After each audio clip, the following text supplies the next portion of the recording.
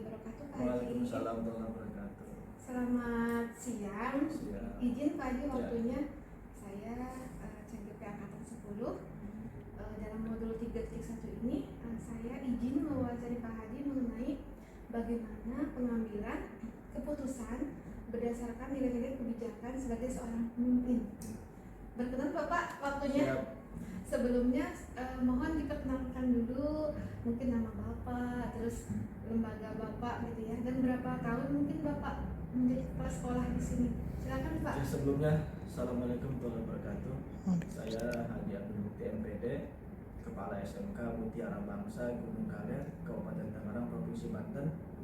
Menjabat sebagai kepala sekolah SMK Mutiara Bangsa di sini kurang lebih baru semenjak 2007. Baru semenjak 2007, semenjak berdiri aja. Semenjak berdiri memang penggagas pendiri gitu kan. Ya sekitar 10 tahun lebih lah. Luar biasa Pak. Tentunya selama 10 tahun ini Bapak menjadi pimpinan di sini, ada gitu hal-hal yang membuat Bapak itu terkesan atau pengalaman di sini bagaimana? Oh, sangat banyak ya. Tentunya di dunia pendidikan ini beraneka ragam problematika, ya permasalahan kecil, sedang maupun besar gitu kan. Pasti ada aja, tapi alhamdulillah setiap permasalahan itu selalu kita tangani. Dalam hal ini saya izin ya mewawancari Bapak bagaimana Bapak bisa mengambil kebijakan yang menyangkut mengenai dilema etika. Tentunya ada ya Pak ya. Baik, saya izin pertanyaan yang pertama. Selama ini Pak, bagaimana Bapak dapat mengidentifikasi kasus-kasus yang merupakan dilema etika atau bujukan moral di sekolah Bapak? Memang mengenai etika atau moral ini dalam situasi atau kondisi saat ini isu yang sangat ramai dan perlu penanganan khusus. Di sekolah itu kan ada namanya struktural. Struktural itu kan ada kesiswaan dan juga ada bimbingan konselingnya atau wali kelas juga itu menyangkut siswa. Kemudian juga penanganannya kita selaku pimpinan atau kepala sekolah itu tidak langsung. Kita kan ada wali kelas, ada kesiswaan, ada pembina OSIS. Nah, melalui pendekatan beliau itulah kepada siswa langsung. Kepada siswa. Jadi agar perasaan moral mereka itu tersentuh dan terperhatikan. Jadi alhamdulillahnya permasalahan apapun ya seperti moral, etika, kita melalui pendekatan wali kelas, kesiswaan dan juga pembina OSIS dan guru-guru yang lain. Jadi lebih ke pendekatan. Baik, yang kedua Pak ya, ini ada 8 pertanyaan izin. Selama ini Pak, bagaimana Bapak menjalankan pengambilan keputusan di sekolah Bapak, terutama untuk kasus-kasus di mana contohnya ada dua kepentingan yang sama-sama benar atau sama-sama mengandung nilai kebajikan, tapi Bapak harus memilih satu, gitu. Itu bagaimana? Nah, dalam mengambil keputusan, kita selaku kepala sekolah tentunya tidak main hakim sendiri, tidak memutuskan sebelah pihak. Yang tadi saya katakan ada struktural. Nah, kita pengambilan keputusan itu dalam MK atau mengambil pendapat dan keputusan itu jalur musyawarah. Jadi kita musyawarahkan antara wali kelas, dewan guru dan juga kesiswaan agar pengambilan keputusan ini tepat, mengarah dan juga tidak salah. Apalagi dalam suatu pilihan dua-duanya benar, misalkan mana yang paling tepat. Ini perlu identifikasi masalahnya dari berbagai sumber. Kemudian kita ambil keputusannya mana yang terbaik dari yang baik. Gitu. Oh, baik. Jadi tetap musyawarah untuk mufakat dulu Pak ya. Selanjutnya Pak ya, langkah-langkah atau prosedur seperti apa nih yang biasa Bapak lakukan selama ini dalam pengambilan keputusan tersebut? Yang tadi saya katakan pengambilan keputusan itu melalui beberapa prosedur. Langkah-langkahnya pertama, kita tadi musyawarah dengan wali kelas, kesiswaan, kemudian kita identifikasi masalahnya, kemudian kita rapat dengan struktural, dan kemudian kita satukan visi misi satukan kesepakatan, setelah itu baru kita putuskan putusannya. Itu prosedurnya yang terbaik. Jadi tidak langsung main putuskan aja, kita harus koordinasi dengan wali kelas, kesiswaan dan lain-lain, terutama yang terkait lah. Ya. Apalagi kalau permasalahan yang cukup lumayan, kita pun musyawarah dengan yayasan. Dengan orang tua dilibatkan juga Pak? Oh pasti. Pasti Kalau ya. menyangkut siswa pasti kita libatkan. Selama ini selalu kita libatkan. Gitu. Baik. Izin lanjut ya Pak. Ya. Hal-hal apa saja yang selama ini Bapak anggap efektif dalam pengambilan keputusan pada kasus-kasus dilema etika? Efektif. Yang efektif. Ya, yang efektif itu adalah pertama kita mengutus wali kelas, karena wali kelas itu kan guru yang paling terdekat dengan siswa. Nah, kita utus wali kelas, metodenya wali kelas seperti apa, tergantung pendekatan wali kelasnya, terutama pendekatan perasaan, personal. Ya, personal gitu. Baik. Selanjutnya Pak, hal-hal apa saja yang selama ini tantangan bagi Bapak nih dalam pengambilan keputusan yang menyangkut dilema etika ini? Tentunya ada tantangannya Pak ya. Tuh, pasti ada. Itu apa Pak? Tantangannya pertama kita terkadang Itu apa Pak? Tantangannya pertama kita terkadang ada miskomunikasi. Kemudian tantangan kedua terkadang juga wali murid ini, orang tua siswa ini tidak mengerti keinginan anak atau berseberangan lah. Nah di situ kita dengan siswa atau berseberangan dengan sekolah, kebijakan sekolah dengan contohnya? siswa juga, iya, terkadang juga ada dengan sekolah. Nah, itu hanya beberapa tantangan, tapi alhamdulillahnya bisa tertangani bisa dengan tertangani baik. dengan baik. Jadi selama ini Meskipun tantangannya artinya dengan dari orang tua ya. sekolahnya agak lambat, tetap kita ambil ya. yang terbaik. Oke baik Pak, lanjut ya Pak. Lalu berikutnya, apakah Bapak memiliki sebuah tata kelola atau jadwal nih Pak, jadwal tertentu dalam sebuah penyelesaian kasus dilema etika? Apakah Bapak dijadwalkan begitu ya untuk penyelesaian kasusnya, atau langsung diselesaikan di tempat, atau juga bentuk prosedurnya seperti apa gitu? Mengenai tata kelola atau jadwal, tentunya kita ada jadwal tersendiri. Namun ketika ada permasalahan mendadak, nah itu tidak terjadwal. Namanya juga Situasional kan gitu ya? situasional gitu. Nah langsung ya tadi itu dari awal ya siswa mana dulu nih, kelas berapa dulu. Kalau misalnya kelas 10A berarti wali kelasnya menangani. Jadi langsung ke situasional. penanganannya atau berkala begitu ditanganinya? Jika dibutuhkan mendesak, kita langsung tangani. Langsung tangani. Contoh kasusnya Pak? Contoh kasusnya ada anak saling ejek gitu kan, Bullying gitu ya? kita panggil gitu kan, seperti apa sama wali kelasnya, kemudian tertangani, selesai. Dua lagi Pak ya, mohon izin. Berikutnya, adakah seseorang atau faktor-faktor yang selama ini mempermudah atau membantu Bapak di sini dalam Bapak mengambil keputusan mengenai dilema etika ini Pak? Ada tidak yang membantu? Tentunya pasti ada ya. Pasti ada. Kita kan punya tim, punya wakil kepala sekolah, ada kesiswaan, ada kurikulum. Nah, beliau itulah artinya yang mempermudah untuk mengambil keputusan. Baik. Terima kasih Pak. Ini untuk penutup ya Pak. Siap. Dari semua hal yang telah disampaikan Bapak tadi, pembelajaran apa yang bisa Bapak petik nih dari pengalaman Bapak selama ini dalam mengambil keputusan dilema etika? Jadi ada sangat banyak hikmahnya pembelajaran terhadap diri sendiri. Ternyata permasalahan itu di siapapun, kapanpun, dimanapun pasti ada, terutama anak-anak kita. Nah hikmahnya kita mengambil dari segi permasalahan itu tertangani dengan baik, dan juga anak-anak yang sudah tertangani itu yang berubah menjadi lebih baik lagi. Jadi hikmahnya positif lah. Jadi ada ini ya, feedback buat ada anak, perubahan. ada perubahan buat orang tua juga ya, dan buat lembaga juga Buat ya lembaga. Pak. Baik Bapak, terima kasih Siap. atas waktunya. Banyak sekali ilmu yang saya dapat dari Bapak. Sehat selalu Pak ya. Amin. Mungkin Ibu juga sehat ya. terima kasih. Semoga lancar, Amin. sukses. Terima dan tercapai cita-citanya. Baik Bapak, saya tutup ya Pak. Siap. Alhamdulillahirobbilalamin.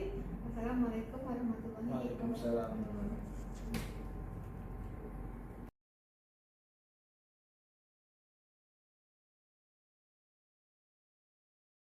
Sendiri ya Pak.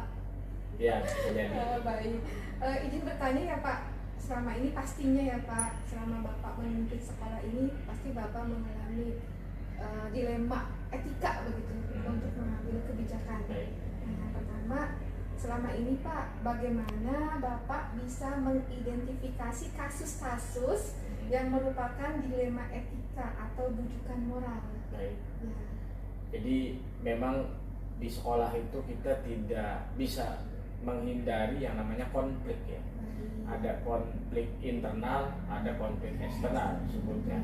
Nah, konflik internal ini yang sering kita temui antara siswa dengan siswa, ya. Bahkan ada siswa dengan guru, ya. Itu adalah konflik internal.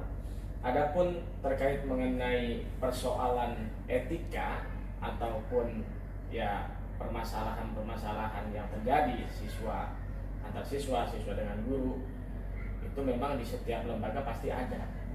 Nah, untuk menangani hal ataupun persoalan itu, yang pertama saya selalu menghimbau pada setiap upacara, ya, kita selalu menghimbau untuk selalu menjaga ketertiban, keamanan, dan juga untuk selalu menjaga sikap. Ya, jadi sering kita ingatkan. Nah, kemudian untuk menyelesaikannya, kita bisa menggunakan penyelesaian jangka pendek, penyelesaian jangka panjang. Nah, kalau penyelesaian jangka pendek, siswa ini cukup diselesaikan melalui wali kelasnya, atau melalui gurunya, atau bagian BK, bimbingan konseling, ya. Nah, kalau untuk jangka panjangnya penyelesaian, kita bisa hadirkan orang tua siswa tersebut, dipanggil orang tuanya, itu untuk jangka panjang. Nah, itu salah satu penanganannya. Baik Pak, terima kasih. Yang kedua ya Pak, selama ini Pak, bagaimana Bapak menjalankan pengambilan keputusan di sekolah Bapak, terutama untuk kasus-kasus di mana ada dua kepentingan yang sama-sama benar atau sama-sama mengandung nilai kebajikan. Jadi ada dua kepentingan sama-sama benar, Bapak harus memilih yang mana. Itu bagaimana cara Bapak gitu untuk mengambil keputusan yang tepat dari salah satu, dari kedua itu memilih salah satunya? Ya, ini sering terjadi di semua sekolah ini, Pak. Betul, ya. Dengan program P3K ini, yang sering terjadi, kami di sini punya guru dari sejak tahun 2006. Nah, muncul ada program P3K ini kurang lebih dari 2 atau 3 tahun yang lalu lah. Nah, artinya guru yang ada di sini ini kurang lebih sudah 10 tahun bersama kami, ya. Kemudian sudah mengajarkan dan dibuktikan guru tersebut baik, ya. Dan kemudian dia harus memilih ke P3K. Ya, artinya ketika dia milih P3K, dia akan meninggalkan sekolah kami yang selama sekian puluh tahun bersama, karena dia memilih P3K.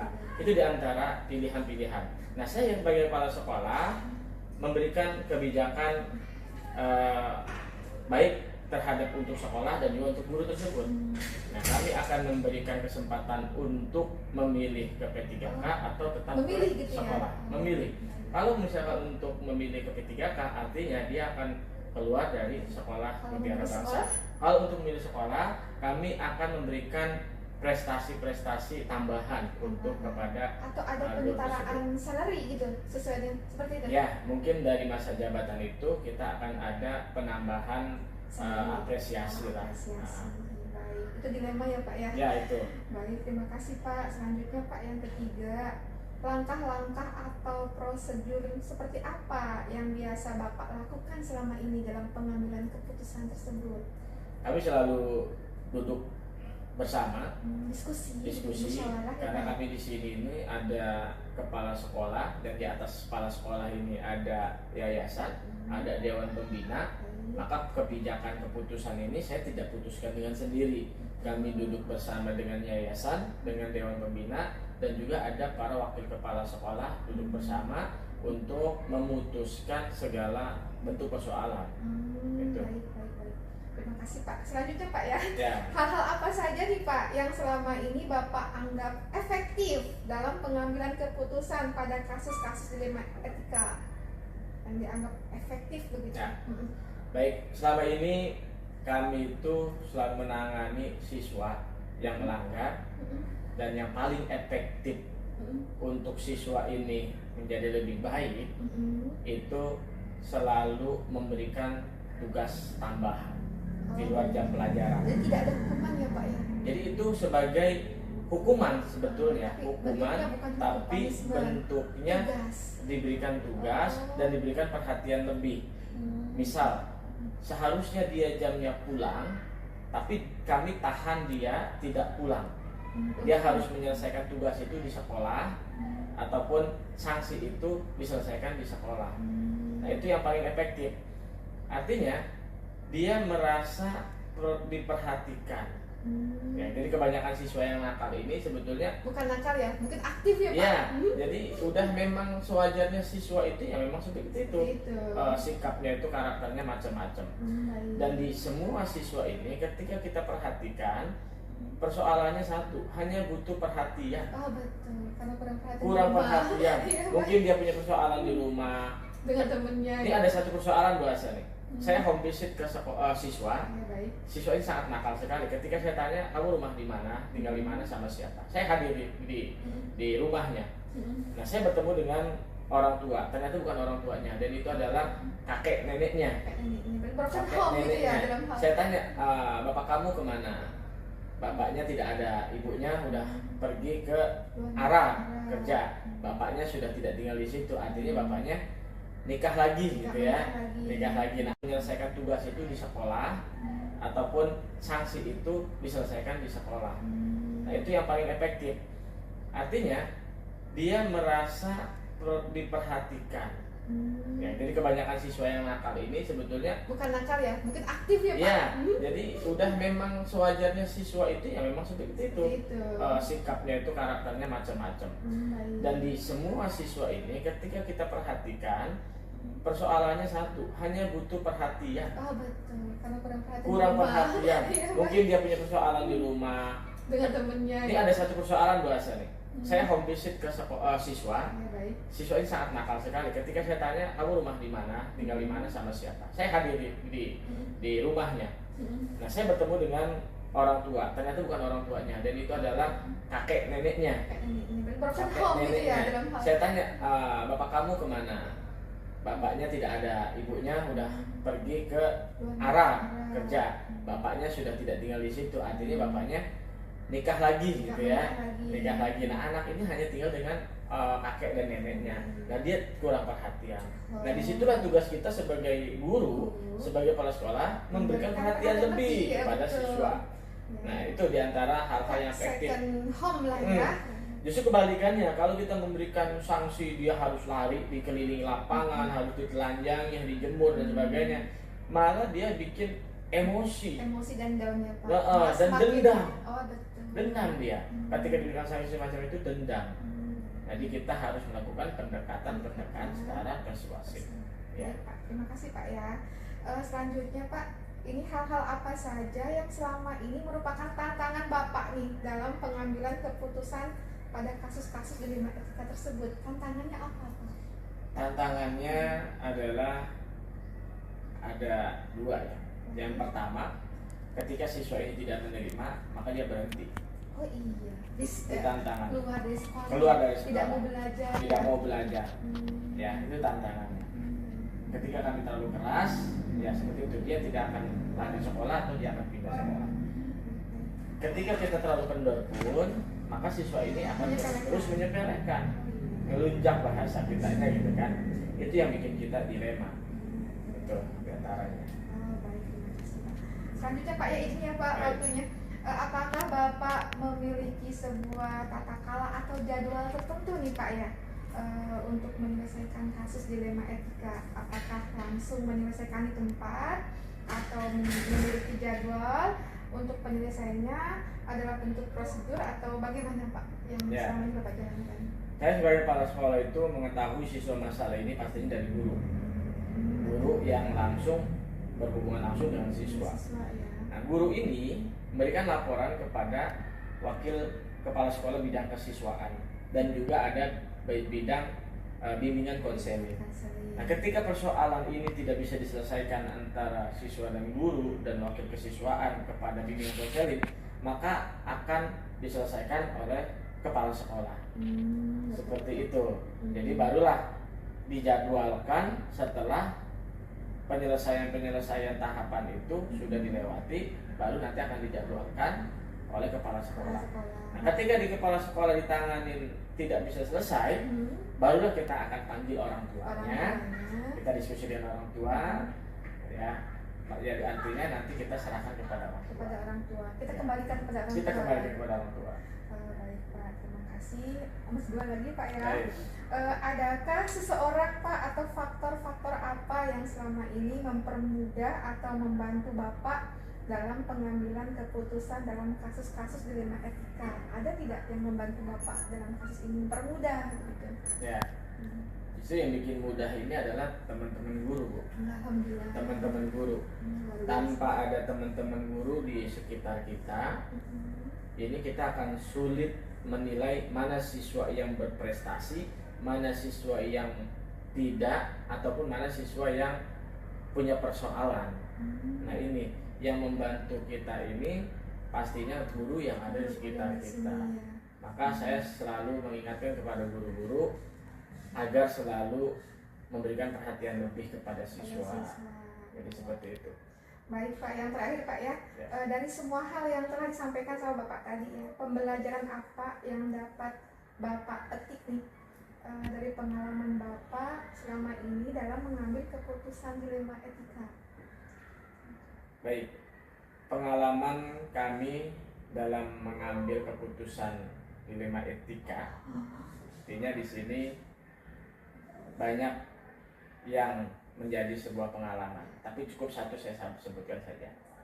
Pengalaman saya selama menyelesaikan dilema etika ini pernah terjadi ketika kita menegur siswa, tetapi orang tua murid tidak terima. Anaknya ditegur, anaknya diberi sanksi, kemudian orang tua tidak terima dan datang memberikan ucapan-ucapan yang kurang baik kepada kami, kurang pantas, ya sehingga menjadi sebuah dilema kepada kami. Kami memberikan perhatian, memberikan sanksi itu dalam arti agar mendidik siswa ini menjadi lebih baik. Namun persepsinya salah paham pada orang tua. Makanya saya itu selalu mengingatkan kepada orang tua, ketika sudah menitipkan anaknya kepada kami di sekolahan kami, maka harus sepenuhnya percaya kepada kami. Ketika tidak percaya kepada kami sebagai pengelola sekolah pendidikan, artinya ya tidak perlu mereka menitipkan anaknya kepada kami. Ya, jadi yang kami butuhkan adalah kepercayaan dari berbagai pihak, khususnya orang tua. Dan kerjasama yang baik. Intinya. Sekolah dan keluarga siswa sendiri ya Pak. Ya. Baik Bapak, terima kasih atas waktunya. Ya, sama-sama. Sangat mencerahkan buat saya ya. Saya juga insya Allah banyak belajar dari Bapak. Ya. Terima kasih. Saya tutup pertemuan kita dengan bacaan alhamdulillah. Alhamdulillah. Selamat melanjutkan.